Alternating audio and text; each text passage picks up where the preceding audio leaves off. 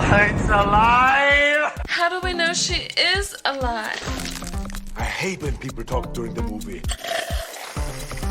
No wire hangers ever! You are tearing me apart, Lisa! Your stupid minds! Stupid! Stupid! Remote viewing. Cobra Kai, the only show where you can watch adults verbally, mentally, and physically abuse teenagers for 30 minutes at a time. And love it. And absolutely fucking love it. Eat Hi. that up. Hi, guys. This is Liam and Big Ryan. ball of spaghetti. This is Ryan. Hi. And it's... No, that's just... Wait. This is Ryan. This is Ryan, and I'm Liam. And you are listening to the Bad Taste Buds remote viewing Cobra Kai episode DOS. Oh, we need one of those TV sounds where it's like TV turned off. Like, continue. Or we could not. Or we could just, not turn into a daytime radio. You may continue. I'm going to continue. Here we are with, you should never get me on tangents, because as soon as you say something that's still slightly... on one. But this is it. You should know you've dated me for how many years now? 11 plus years now we've been dating. And then we just have to circle you still back. don't know that I am the easiest led. Speaking of easily donkey led, with a I was carrot. easily led to watching Cobra Kai. We How watched don't we talk about that? Episode 2 of Cobra Kai. Picking up from, obviously, the introduction. About damn time. We took a weird little break, didn't we? We were too busy watching Voyager. I've seen it. Well, this is it. But we kind of neglected Cobra Kai, and I'm really sad that we did, because I always forget how fucking much I love this fucking It's show. so good. I want to start. We kind of start with it. So we are talking about episode 2. If you're not sure about the way we're doing these episodes, go listen to episode 1. I don't really want to spend the entire episode introducing. In a bizarre twist, we're doing this in chronological order. Who would have guessed it? Who would have fucking guessed it? Thank you for clarifying. But every episode is complete spoiler territory. So if you haven't seen episode 2 of Cobra Kai season 4, turn back now. Go fuck right off, basically. Take a karate kick to the face. Hiya. Hiya. We start with a new character. We start with a character we've never seen before. This character called Kenny. Weirdly enough, wearing the signature orange of Kenny. I fully thought, we get on this, we kind of introduce characters we're not used to seeing. And I was like, oh my god, what's happening? He starts playing a video game. He's playing a video game. He's playing I thought we Minecraft. were watching a YouTube advert, and I was looking for the remote to skip confused, yeah. And then he's playing Minecraft, and then he gets stressed and gets on the school bus, and he's like, oh, this must be from the past. Everyone looks like they're from the 80s. So 80s looking. And it was LaRusso's kid, and I completely forgot that's what that kid looked like, because he's barely even been mentioned up to this point. He is the most side character of any side character I've seen in any show. But I guess they're finally going to give him a bit of his time to shine, which I'm glad they are, because I feel like there's stuff to do with him. He's going to be a bully, and then LaRusso's going to have a talk with him, and then it's going to be you have to not follow other children. Just because other kids don't like him doesn't mean you shouldn't. The sins of the father, Ryan, is it not one of the most common TV tropes of all time? I guess it is. I wanted to ask, so this is 80s thing. I was going to take a biblical, and I was like, I don't care, but I don't want to pass on that message. I need to know, because I did think it was the 80s. Is the mullet back? Oh, business in front, party in back. Ryan, I have a question. Back, but it's like Spice Boy mullet. I just don't get the mullet. Well, it's like curly Spice Boy hair, very wavy. I'm not in love with the mullet, but I would take anything at this point. I'm losing my hair day by day. I just the main crux of the episode follows Kenny, but also Tori is kind of our other main I guess protagonist of this episode. Tori, and don't forget that I've forgotten the name. What, the mother? Russo's wife. I have as well, and I feel awful because she's wonderful. She is wonderful as a character and actress. Tell you talk about her for a little bit while I find her name. Her and Kreese have this thing, but she goes up to Tori while Tori's at work, and is basically like, you stay the fuck away from my daughter, you bitch. And Amanda is her name. Amanda gets Tori fired. And then Kreese goes up to her and is like, she's not a lucky girl. She has to pay for her mummy and her food, and you're a bad mummy for being a bad mummy to her. Is that how Kreese sounds? More or less. It's a bit gruffer. A bit gruffer? You said you identified with Kreese, so I think no, this is something... This is scary. I don't like it when he's just like, yeah, you can either wallow in your problems, Kreese is a let weird it one. break you, or get over it. And I'm like, shit, that's how I react to No, situations. this is the thing. Kreese is a really weird character to pin down because he is an actual psychopath. He's a monster. He's the closest we're ever going to get to a villain in the Karate Kid universe, and yet there is something slightly sympathetic about him. Well, it's because he's a product of war. Well, yeah, that's it. And I do think he genuinely cares for Tori. Like, No, I he do does in his genuinely own think he cares for psychopathic Tori. way. He thinks this is how the world is. Yeah. It's either eat or be eaten, and he's teaching these kids to eat. And I think as much as obviously, oh my God, what's the name of Johnny's kid again? I always forget. Robbie. Robbie. As much as Robbie is kind of on Kreese's side at the minute, he's like heading Cobra Kai. He's doing a lot of the teaching them Miyagi-Do. I do think they're setting Tori up to be the main like teenage antagonist of the series. I don't think Robbie's going to stay there forever. Yeah, well, I don't think that's going to last. Well, that's it, because Robbie's going to flip-flop because he has all that dad drama to deal with, Yeah, whereas this- Tori, you can consistently have her as the This is the Cobra thing. Kai lead. And again, I feel bad for Tori, and I think the actress who plays Tori does a phenomenal job. Yeah, man, I feel all the emotions I'm meant to feel. And I Yeah. feel sorry for her, but then I feel bad for feeling sorry for her because she's so strong and like independent. Just talking about that. Well, Sorry, slap her and hug her. just before we get on to kind of the other majors, there's like 3 subplots going on here. We have Kenny and LaRusso's kid, we have Tori and Amanda, and we have Johnny and Danny, who always steal the show. But I want to kind of save Johnny and Danny's plot until the end. So Yeah, we man, you can didn't finish even with- need to mention it. finish You were right with about that. to talk about Tori. I want to talk about And then you just went I off want to talk again. about the scene where Tori's working in the restaurant and Amanda's hiding behind a menu. Oh, it's so Like, extra. she's like some like Walmart level Bond It villain. is so extra. Tori comes I've up been to her expecting you. to take her order, and it's like exact like she had everything apart from a white cat on her lap. Lowers the hiding menu, behind this giving her the menu. death glare. And we had this weird moment of synchronicity where we were looking at each other. God, I love the drama of this show. I love how This dramatic. is when she was talking to Kreese and she was in the shop and Kreese comes up to her and gives a speech like, yeah, you came and messed with my daughter. 'Cause my daughter messed with your daughter. I'm going to mess with you. You're missing the back part where fuck off." Kreese stops a rolling cheese He with his stuffs the foot. rolling cheese with his foot. She like drops a cheese out of her basket while rolls she's towards shopping, him. and it rolls towards him. And he just stops it with his foot. And it's the Classic TV. But we had this weird moment of synchronicity where I was like typing out, I love how much this show reminds me of the OC. And I turned around and said to her, it was just like, this is Seconds giving me later. such OC vibes. Seconds fucking later. But it is. And again, I mean, that's It's a really show. like the adult drama and the way they interact with each other. It's like a human But it's terms, melodrama. realistically. This couldn't work. Someone would get arrested. But I also think, like, thematically, I think it has a lot of what the OC had as well. That, like, I feel weird talking about themes in a show like Karate Kid or the OC, but those kind of like class divides. The fact that it is all about kind of the super rich versus the ones who live on the breadline and the ones who live in poverty. Yeah. And the way that there is this kind of there is this disconnect between those people. Because as much as Amanda, yeah, obviously Tori beat up Sam, we get it. She broke into the house, but you know what?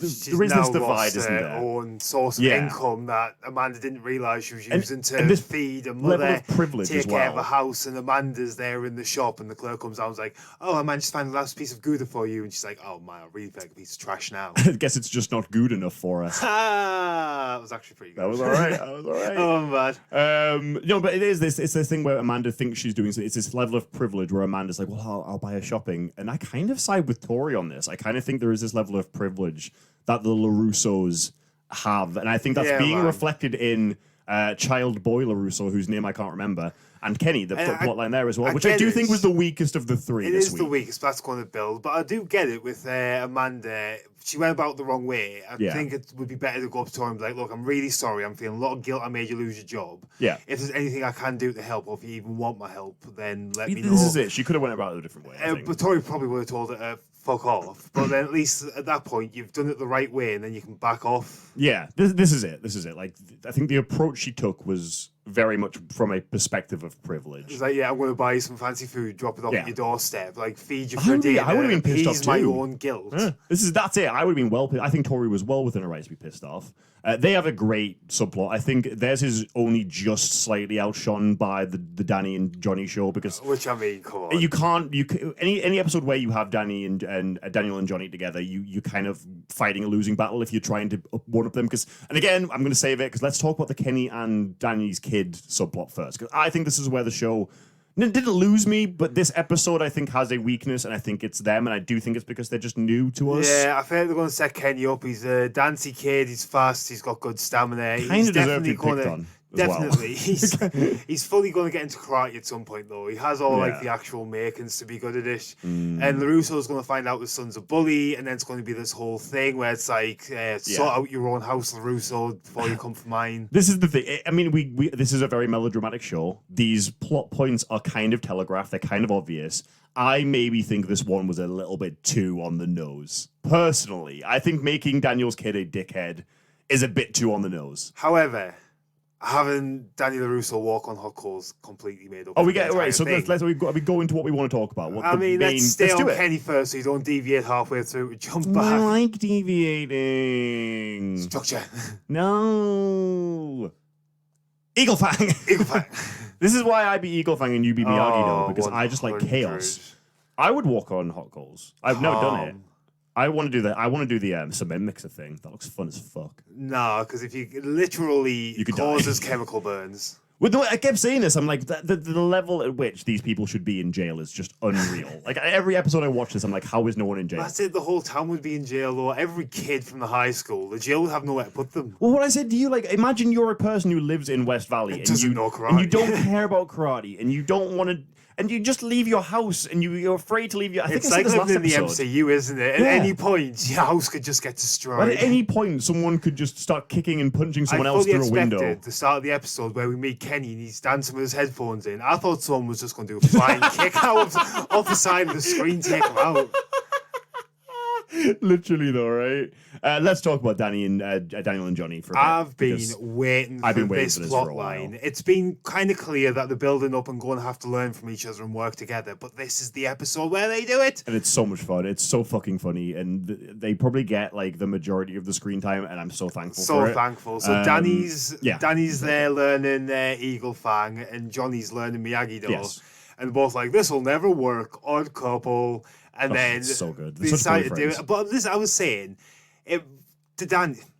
Danny was an absolute idiot. Yeah. Like, why would you volunteer to go last in this right. situation? Right. You know that Eagle Fang's going to be brutal. He kind of loved it though. Once he did kind of love it, but once you're into that and Johnny's done Miyagi-Do, you can't back out then because he's done true. yours. It's true. His is dangerous. Yours isn't. I think you need to sign a waiver for like.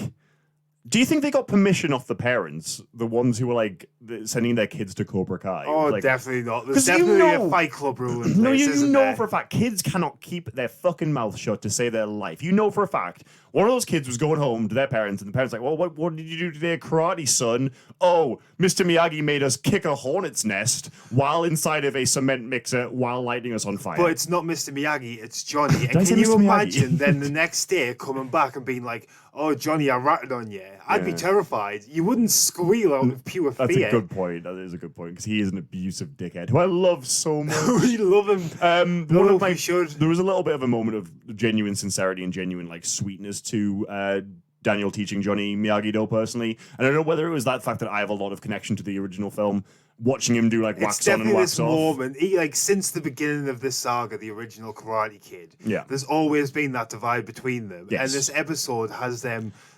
learning to understand more about each other and see through each other's eyes. Well, I don't think And it's such a good moment from the first ever Yeah. movie up to now, and it's such a good wrap up, and it brings everything kind of. it's a full circle moment, isn't it? Yeah. Did I just take the words right out of your mouth? Yeah. I looked at you. I as you just were- stopped. I looked at you as you were forming the word full, and I was like, I could take this away from him. I'm definitely the Johnny of our relationship. Like, I'm Oh, always on the 100. offensive. But you're like the calm. You're the calming wave that washes me of all And of my... somehow that makes you angrier. No, it doesn't. I'm not angry. I'm having a great time. What was I saying? No, so but like watching him do the wax on and wax off, watching him kind of... I think watching him realize how much Mr. Miyagi actually did for him as well, saving him from John Kreese at the end of the first film. Yeah. I do really think we're starting to see a shift in these characters from that like fighting ex-boyfriends moment, Which is nice, I 'cause love the fact that season they one- called that out as well. Sorry, the ice Oh ring my really quickly. God. With Yeah. like, is that your boyfriend? I'm like, kind of, right? Kind of. Yeah, they spend more time together than Danny and Right, Amanda do. right. When was the last time you saw your wife, Daniel? Daniel. What were you gonna say? Like, sorry? since season one, the character development's always been there and it's been a big driver of the show. Yes. But if you look at it retrospectively, you could argue that there hasn't been that much character development. Johnny's still abusive. Danny's still Neglectful. circles things and neglects things. And you can see this episode was a big one in getting that understanding of like learn to become new people. Yeah. Whereas like the other ones have been a lot more grounded, I think, in like people don't change all that much. But I think this was a big eye-opening episode for them both. No, I can see that. As Like well. Freaky Friday. It is literally that kind of like learning from your opposites. Opposites attract. It's an odd couple. They're just an odd couple. A couple of eyeballs. Johnny kidnapping Daniel and just like making him wake up in a fucking warehouse full of hot coal. Furnaces on, fire's going, get shoveling. How does he find these fucking places? How does he have the means? Like Maybe Johnny secretly, maybe this is why he's where he spends all of his money on like really, warehouses. though. Like, but this is the thing. Like, Johnny's always had an issue with money. Like, he's never been able to look after fucking that kid whose name I always forget. Robbie. Miguel. No, Robbie. He's never been able to look Sorry, I after forgot Robbie. which one was his real son for a second there. Weirdly enough, Miguel was and Sam. Neither of these characters appeared in this episode. Non-present. Which I kind of missed them. I wanted to see how tall Miguel is again. But no, Johnny, how does he have the means and the connections to set up all of the elaborate Saw? Like, do you think he's in league with like John Kramer from fucking Saw? I mean, in reality, he doesn't even like BA. He just needs the glass bottles for training. Honestly, the amount of money he must burn through of like, I don't know, rental space is just monstrous. Chains, burnt out cars. But we do get just a wonderful moment of